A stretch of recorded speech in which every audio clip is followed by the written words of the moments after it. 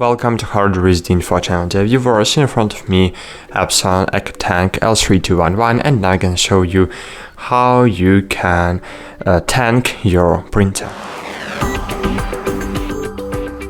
To tank your printer, you need to buy inks. Inks from Epson will better fit for your printer, but of course you can buy the inks from other brands too. And here we have, as you can see, the inks place, and here we have the mark for the inks.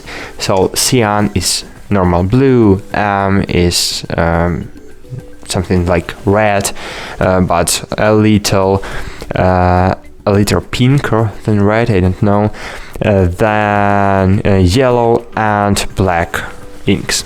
You need to tank it inside. Here, as you can see, we have the parts that help us to tank inks inside, and that's it. And that's it. Then you need to close it all and close this part of the printer. That's it. Thanks for watching. Like this video, subscribe to our channel, and bye. See you.